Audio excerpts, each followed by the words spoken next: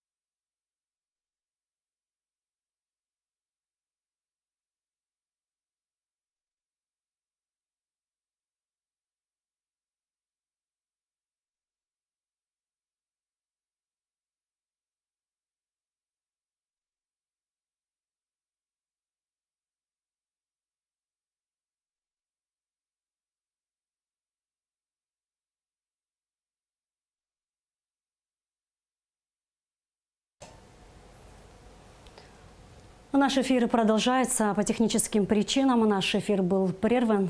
Приносим свои извинения. Министр экономического развития России Максим Решетников прибыл в Абхазию. Российская делегация посетила объекты, которые восстанавливаются по инвестпрограмме в Гагрском, Гулревском районах. Максим Решетников осмотрел строящиеся очистные сооружения в селе Алахадзе. Побывал на подстанции Бзып, поинтересовался ходом работ на мусорном полигоне в селе Кацикат. Все подробности в репортаже Гугуцы Вардания. Реконструкция подстанции Алахадзе предусмотрена за счет инвестпрограммы содействия социально-экономическому развитию Абхазии на 2023-2025 годы. Объем финансирования составляет 350 миллионов рублей. Руководитель Минэкономразвития России Максим Решетников и вице-премьер-министр экономики Абхазии Кристина Озган осмотрели подстанцию, поинтересовались ходом работы и сроками их окончания. Ремонт подстанции устранит существующие ограничения для подключения к электросетям города Гагра и новых туристических объектов. Далее делегация направилась к месту строительства очистных сооружений в селе Алахадзе. Работа по налаживанию канализационной системы здесь была начата в 2019 году в рамках программы соцэкономразвития. Ввод объекта в эксплуатацию позволит очищать сточные воды Гагры и Пицунды. Завершить работы планируется в 2024 году. На данный момент выполнено 3 этапа проекта. Построено 5 канализационных станций на сумму 211 миллионов рублей. Вторым этапом у нас была реализация мероприятия по очистным сооружениям. Третий этап у нас коллектор, который напорный коллектор, соединяющий город Гагру с очистными сооружениями. То есть все сточные воды по этому напорному коллектору будут доходить до очистных сооружений. Коллектор у нас проложен.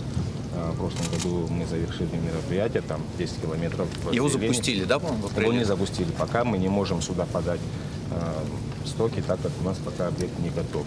Мы, Ну, то есть вы его тестировали, да? мы То его есть пусконаладка вся прошла, да? опрессовка прошла, и консервируем его до тех пор, пока мы не запустим очистные сооружения. Далее Кристина Озган и Максим Решетников посетили Пицунду и осмотрели место, где планируется строительство гостиничного комплекса «Москва-Резорт». Повышение уровня сервиса – следующий этап развития туристической отрасли, подчеркнул Максим Решетников. Здесь, что касается туризма в Абхазии, важная задача, скажем так, следующего этапа. Да? То есть сейчас вот люди уже поехали, вот, но задача следующего этапа – это, конечно, повысить уровень, качество, соответственно, и в каком-то смысле, да, и за это можно тогда уже просить и честную цену. Вот республика очень много для этого делает, вкладывает и в энергетику, и вот сейчас по воде тоже обсуждали все эти вопросы.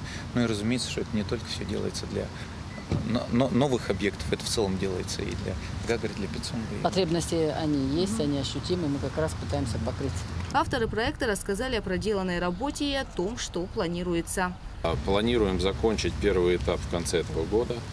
И уже с первого квартала следующего года выйти на строительство. Хорошо, вы за тех условиями на подключение к энергетике, к воде, к канализации все обратились? Да, обратились. У нас уже 2 совещания было, уже мы 2 как раз с ними совещания эти было, вопросы обсуждали эти вопросы, получены часть ответов.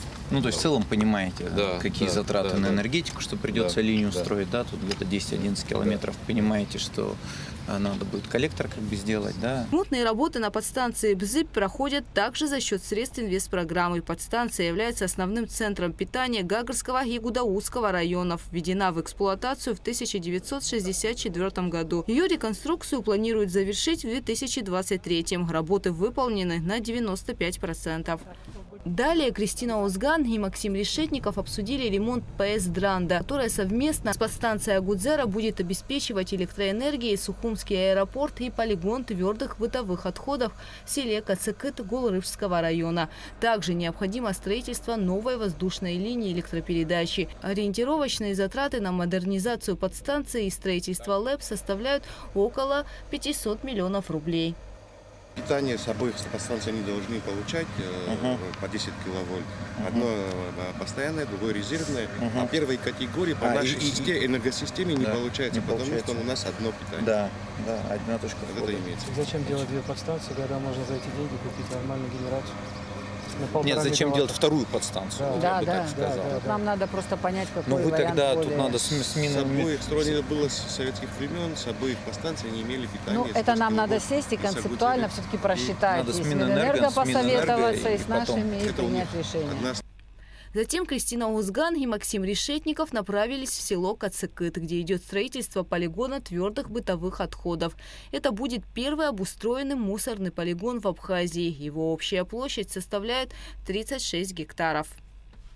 Есть потребность в реализации таких мероприятий, но вот мы начали с Гулерибского района. Полигон рассчитан на Гулерибский район и на город Сухум. Под строительство полигона выделено у нас 36 гектаров земли. Но на первом этапе мы сегодня задействовали 4,5. То есть это дает нам возможность расширения. Котлован у нас 2 гектара, изолирован бентонитовым матом, и все по последней технологии, так, чтобы... Ну, то есть инфильтрации, чтобы не было. Какая технология тут будет? Сортировка на 12 постов. 12 человек внутри работают, сортируют. То есть мусор. сюда вываливают? Сюда вываливают, вот прям сюда. Да. Все поднимается, там сортируется. Значит, Фракции достаются. достаются, прессуются. Металл, пластик, бумага. Органика поступает к нам на сам котлован, трамбуется, и, в принципе, в дальнейшем уже, когда он там заполнится, мы приблизительно рассчитываем при правильной сортировке около 6 лет. Первая карта нам даст возможность работать на этом полигоне. Дальше рекультивация и следующая карта. Обслуживающие организации. Тарифы-то там потом позволят делать нормально карты? Да? Ну, у нас данное направление дотационные города, вот, допустим, есть у нас спецавтохозяйство в городе Сухум, которое датируется из городского бюджета, они, в принципе, занимаются утилизацией. Схема так и должна работать, бюджет должен собрать. Ну, мы, Максим Иванович, предполагаем, что... Ну, тут тоже ведь момент какой. Бюджет должен гражданам помогать, да? А с учетом того, что туризм и так далее, отели-то должны платить нормальную стоимость, чтобы потом дальше расширяться. А то странно получается, что бюджет датирует, приезжих так, в общем. Ну и рассчитываем на то, что это предприятие, которое будет обслуживать данный полигон, сможет выстроить работу таким образом со вторсырьем, для того, чтобы вы могли содержать без дотации. Вторсырье это такой дополнительный фактор. Экономика сильно лучше, если правильно все делать. На данный момент на полигоне оборудован котлован для отходов, установлена сортировочная линия, заказаны очистные сооружения. Также планируется сделать ремонт дороги к полигону. Введение в эксплуатацию обустроенного полигона позволит размещать основной объем отходов в центральной и восточных частей республики. Гугу Савардани, Алексей Гухава, Абхазское телевидение. Президент Абхазии Аслан Бжаня встретился с министром экономического развития России Максимом Решетниковым, который прибыл в республику с однодневным рабочим визитом. Обсуждались вопросы реализации инвестиционной программы социально-экономическому развитию Абхазии.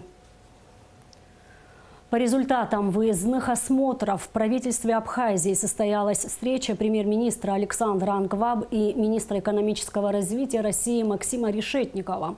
Стороны обсудили вопросы эффективного использования российской финансовой помощи в 2023 году, реализацию инвестиционной программы, государственную поддержку инвестиционной деятельности в республике, вопросы энергообеспечения и расширения взаимодействия в сфере туризма. Премьер-министр Абхазии Александр Ангваб отметил, что подписанные документы между Абхазией и Россией важны для экономической стабильности и экономического развития государства. Помимо мероприятий по восстановлению энергосферы, наиболее важным является запуск аэропорта.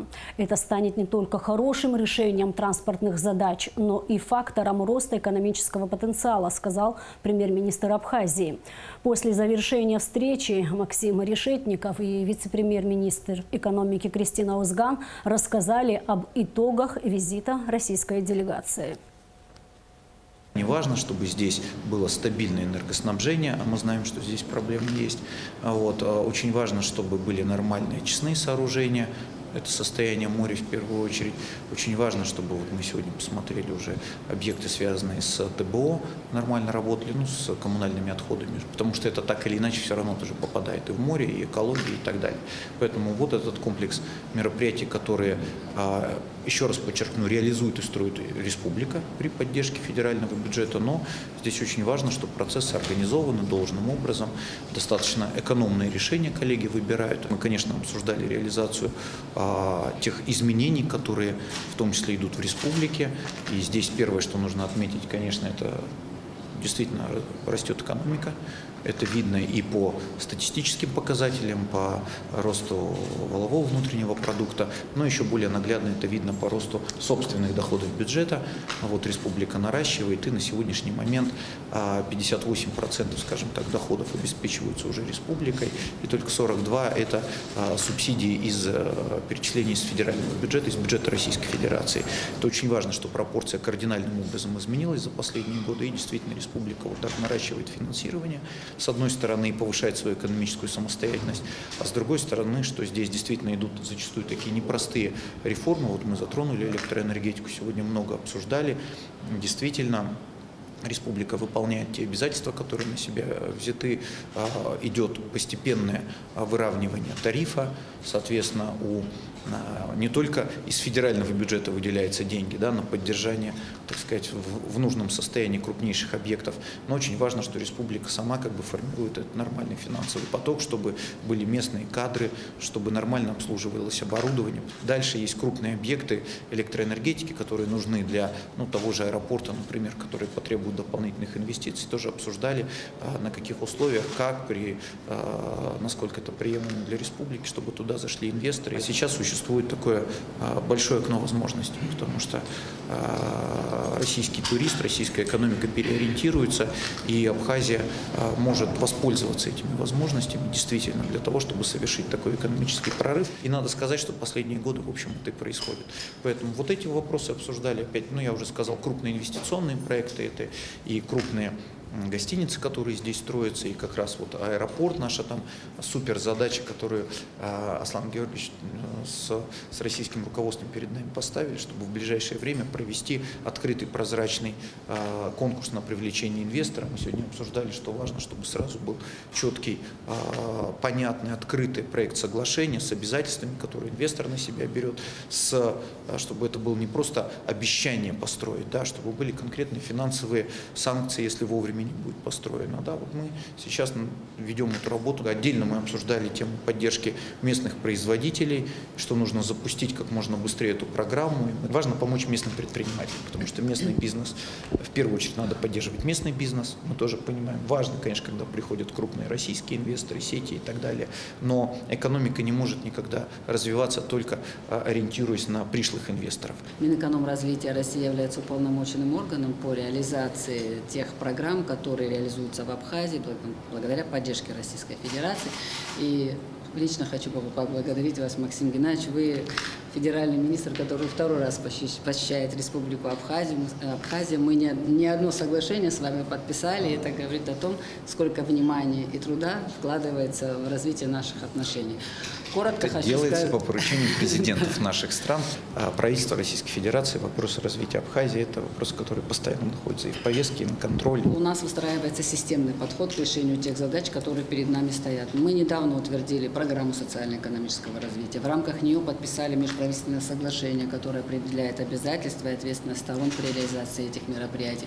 У нас разбита программа на два направления. Это социальная составляющая и инвестиционная составляющая.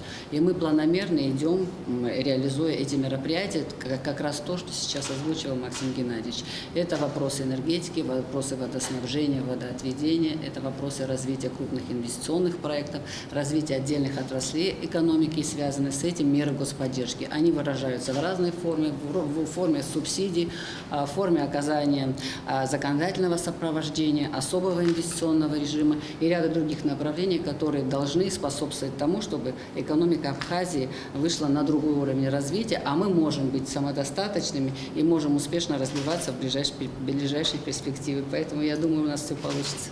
Спасибо. 30 лет прошло со дня высадки десанта на горе Ахбюг во время Отечественной войны народа Абхазии. По сложившейся традиции 4 июля ветераны отдельного стрелкового батальона «Горец» поднимаются на Ахбюг, где вспоминают погибших однополчан и возлагают цветы к установленному здесь мемориалу погибшим воинам десанта. Сначала однополчане, родственники и друзья возложили цветы в парке Славы в Сухуме. Затем ветераны поднялись на саму сопку. Именно здесь 30 лет назад произошел один из самых драматичных эпизодов Отечественной войны народа Абхазии. В этот день на Ахбюг высадился вертолет Ми-8 с бойцами батальона «Горец». Учитывая стратегическое значение вершины, после ее освобождения абхазская армия планировала продвинуться дальше. Но как только вертолет приземлился, враги, поджидавшие в засаде, открыли огонь. Отстреливаясь, раненые бойцы пытались выбраться из горящего вертолета и занять оборону, однако успели немногие. Из 46 бойцов легендарного «Горца» в живых остались только 17. 5 человек считаются пропавшими без вести. Почтить память бойцов, погибших на Ахбюг, пришли спикер парламента Лаша Ашуба, депутаты, военнослужащие, руководство столичной администрации. Ребята проявили не просто мужество и самопожертвование. Мы встали в полный рост и пошли в атаку. Боекомплект был недостаточен. Мы не успели вытащить с вертолета то, что было заготовлено для того, чтобы здесь закрепиться и держать эту высоту. Через 15-20 секунд боя от попаданий гранатометов сдетонировало топливо на вертолете и тот боекомплект, который мы не успели вынести. Эта территория была усеяна телами наших ребят, тех, кто не успел выйти с горящей машины. Прорвав и откинув противника на обратные скаты горы в том направлении, еще какое-то время, отстреливаясь, пытались закрепиться здесь, на этой высоте. Но после оценки обстановки, когда я понял, что личный состав десанта, каждый второй ранен, каждый третий тяжело ранен, и всего всех вместе взятых остается 17 человек, средства связи выведены из строя, 2 радиста погибли, радиостанции разбиты осколками, мною было принято решение отойти на правый берег реки Гумиста. Такого самопожертвования, такого накала, который происходил здесь, на этой высоте, такого героизма ни до, ни после мне видеть не приходилось. Трагическая дата, но именно посредством таких героических поступков, таких акций со стороны наших ребят ковалась победа в Отечественной войне народа Абхазии. Низкий поклон героям, низкий поклон ушедшим и низкий поклон тем, кто сегодня вместе с нами. Я хочу обратиться прежде всего к молодому поколению. Сегодня много детей, ветеранов, их братьев, сестер, жен и внуков сегодня здесь вместе с нами. Я хочу обратиться к ним и сказать и пожелать, чтобы мы не посрамили тех подвигов, которые совершили наши ребята. Дай Бог, чтобы мы продолжали нести вперед и нести славу тех героев. В селе Маркула Чемчерского района идет установка мемориала погибшим в Отечественной войне народа Абхазии. Строительство нового мемориала приурочено к юбилею Дня Победы и Независимости. Как проходят работы и когда будут они завершены, узнавала Сария Кварцхеля. Место для мемориала было выбрано не случайно. Именно здесь абхазские ополченцы встретили первый бой во время Отечественной войны народа Абхазии. Бойцами были подбиты 3 вражеских танка. По словам главы села Маркула Андрей Хурхумал, ранее ветераны установили на этом месте камень, чтобы в дальнейшем возвести памятник.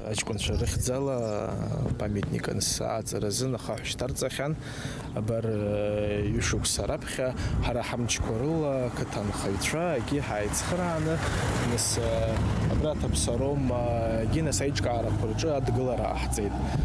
Нас كارا خدارخي وحويد بس حقوي توزن خدز قلرا دود زارزيت حقوق ويت شبرا يجي بانزا.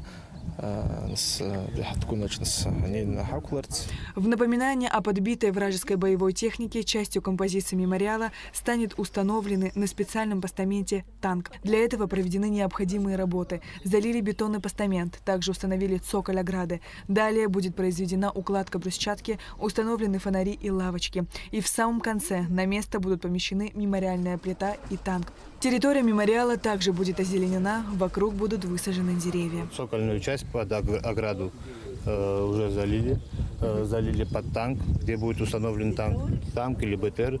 Что-то будет уже на усмотрение, наверное, села, скорее всего. Где-то около 300 кубов нужно будет засыпать. И сегодня мы, наверное, завершим это. Строительные работы идут по графику. Нехватки материалов и финансирования нет, отметил Астамур Квиквискири. На строительство мемориала из республиканского бюджета выделено почти 4 миллиона рублей. Согласно условиям договора, все работы должны быть завершены к концу августа. Сария Кварцхеля, Лаура Капш, Саида Гухава, Абхазское телевидение. Исполнилось 17 лет со дня образования Министерства по чрезвычайным ситуациям Абхазии. В честь этой даты в Сухуме прошло торжественное заседание, перед началом которого сотрудники МЧС во главе с министром Львом Квициня возложили цветы к мемориалу в Парке Славы. Поздравить спасателей пришли руководители администрации президента Джинсу Хунанба, руководители силовых структур, представители министерств и ведомств. Репортаж Рады Чичава. Перед началом торжественного мероприятия сотрудники МЧС во главе с министром Львом Квициня возложили цветы к мемориалу погибшим в Парке Славы в Сухуме.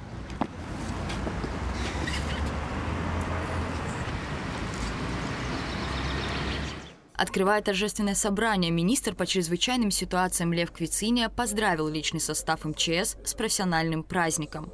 Он отметил, что для всех сотрудников ведомства это день особый, когда вся страна чествует ратный труд своих спасателей, смелость и отвагу пожарных, моряков, медиков, кинологов, пиротехников, водолазов, всех тех, кто служит в МЧС Республики Абхазия. Впервые в истории Абхазии 4 июля празднуется как День спасателя. Для всех сотрудников спасательного ведомства это особое событие. Вместе со страной сотрудники МЧС прошли нелегкий путь становления и развития. Полученные знания подкрепились практическим опытом. Обновлялась материально-техническая база министерства. Расширялся диапазон профильных служб. Возникали новые подразделения. Серьезная работа проводилась и проводится по подготовке профессиональных кадров. Также Лев Квициния поблагодарил российских коллег за помощь и поддержку, оказываемую ведомству. Хочется особо отметить и поблагодарить МЧС Российской Федерации за многолетнюю помощь и поддержку спасательного ведомства Абхазии по всем направлениям, в подготовке будущих офицеров МЧС Республики в частности. Лев Квициния также отметил, что за минувшие 17 лет личным составом МЧС Абхазии сделано немало. Министр выразил уверенность в том, что личный состав и далее будет справляться с возложенными на него задачами, с честью и достоинством приумножит славные традиции абхазских спасателей. Сотрудников МЧС с профессиональным праздником поздравил глава государства Аслан Бжаня. Поздравительный адрес зачитал руководитель президентской администрации Джансух Нанба. На протяжении этих лет, благодаря грамотному руководству и профессионализму сотрудников МЧС, в нашей стране налаживалась и совершенствовалась система обеспечения безопасности граждан и гостей Республики Абхазия. Работа в МЧС требует от людей решительности и бескорыстия. Каждый день, рискуя своими жизнями, спасая жизни людей, вы сталкиваетесь с различными трудностями, неожиданными вызовами и аварийными ситуациями. Но, независимо от того, какая задача стоит перед вами, работа всегда выполняется на высшем уровне. В завершении торжественного заседания Лев Квициния вручил группе спасателей почетные грамоты МЧС. Также наградил министра туризма Теймураза Хижба ведомственной медалью за сотрудничество во имя спасения. Кроме того, школьники Аслан Торчуа и Анри Абухба, спасшие тонущего в море ребенка, были награждены медалью за спасение жизни. Рада Чачава, Заур Кварча, Абхазское телевидение.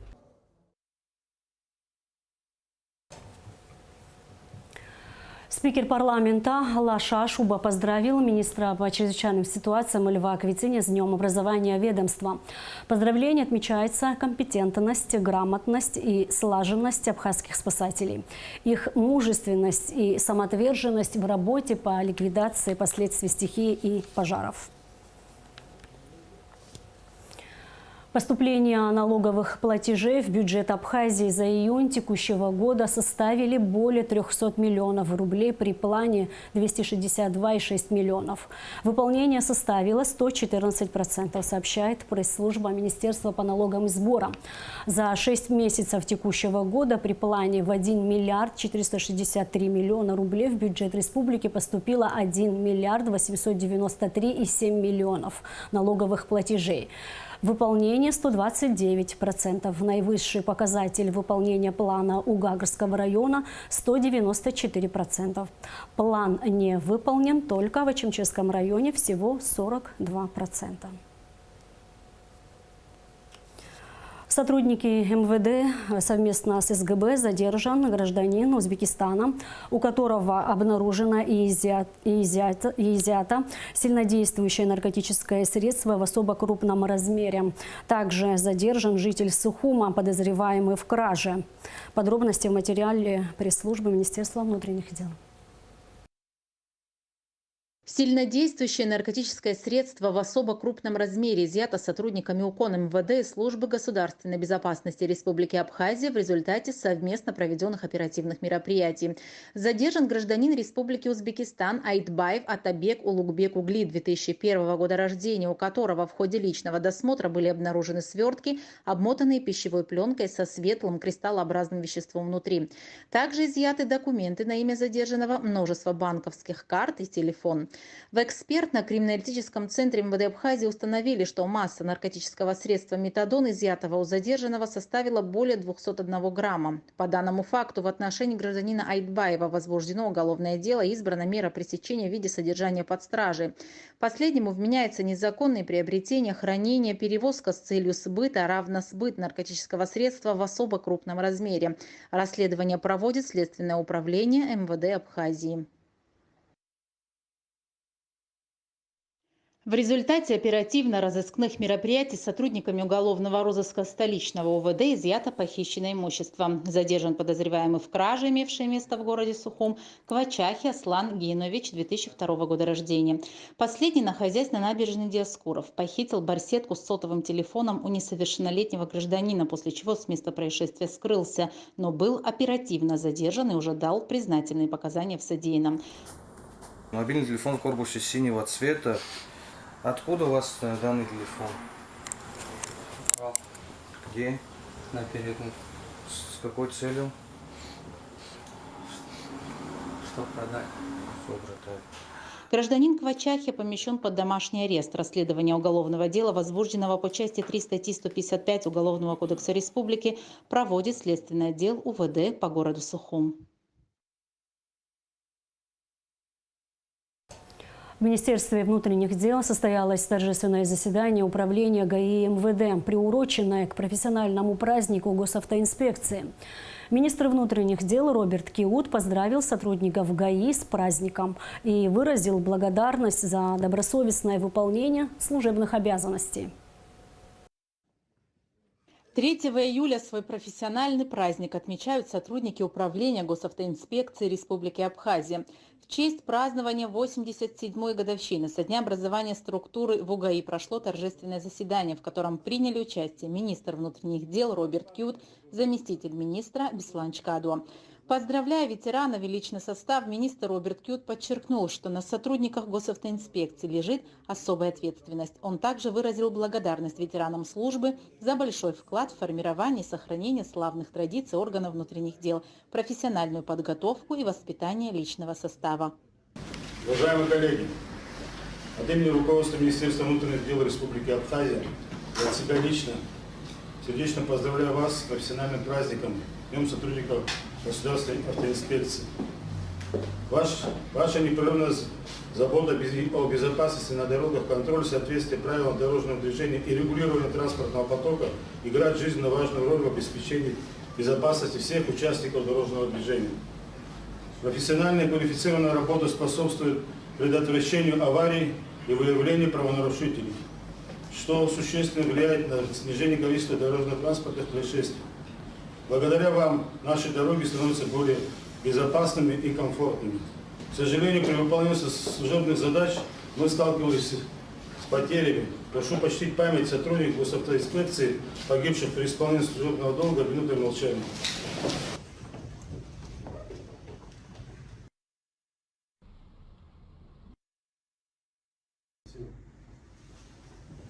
Особые слова благодарности сегодня приношу ветеранам, которые в сложные послевоенные годы стали у истока образования службы, накапливали, сохраняли и передавали бесценный опыт последующим поколениям сотрудников.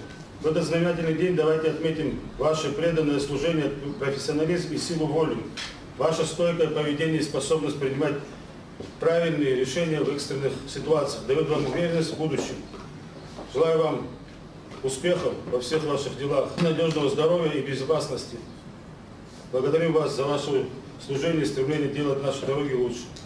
Заместитель министра внутренних дел Беслан Чкадуа, курирующий работу УГАИ, в своем обращении отметил, что со времен образования сотрудниками управления проявлено множество примеров образцового выполнения сложных задач, связанных с обеспечением безопасности дорожного движения и защитой законных прав и интересов всех его участников.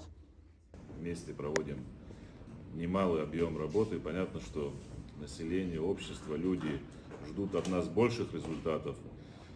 Но та работа, которая проводится, ее нельзя недооценивать, нельзя не давать ей правильную оценку, потому что и днем, и ночью, круглосуточно, и в любую погоду вы все находитесь на службе. От каждого из вас очень многое зависит. От каждого из вас зависит безопасность на дорогах, жизни и здоровье наших граждан. Поэтому сегодня отметили людей, но наших сотрудников, еще много достойных офицеров, сотрудников, которые достойны награды, званий, поощрений. У нас впереди еще много праздников, все будут отмечены, мы никого не забываем, видим труд каждого, поэтому каждый из вас для нас очень ценен, важен, и мы всегда рядом с вами. Успехов вам, благополучия, еще раз профессиональным праздником вас всех. Приказом министра внутренних дел Роберта Кьют за высокие показатели в службе ряду сотрудников присвоены очередные специальные звания, вручены грамоты и объявлены благодарности. Также особо отличившиеся сотрудники награждены медалями и нагрудными знаками Госавтоинспекции МВД Абхазии. Центральная избирательная комиссия зарегистрировала инициативную группу по проведению референдума с вопросом: считаете ли вы необходимым проведение досрочных выборов президента Республики Абхазия? В состав группы входят 36 человек. 5 июля состоится очередное заседание сессии парламента. В повестке дня более 20 вопросов. Депутаты намерены рассмотреть проект закона об исполнении республиканского бюджета за 2022 год. Также планируют рассмотреть проекты закона во внесении изменений в закон о страховых взносах и платежах во внебюджетные социальные фонды и в закон о налоге на добавленную стоимость. А сейчас о погоде. По сообщению гидрометцентра, 5 июля на территории Абхазии ожидается небольшая облачность без осадков. Температура воздуха ночью плюс 17, плюс 22, днем плюс 27, 32 градуса. Температура морской воды плюс 24.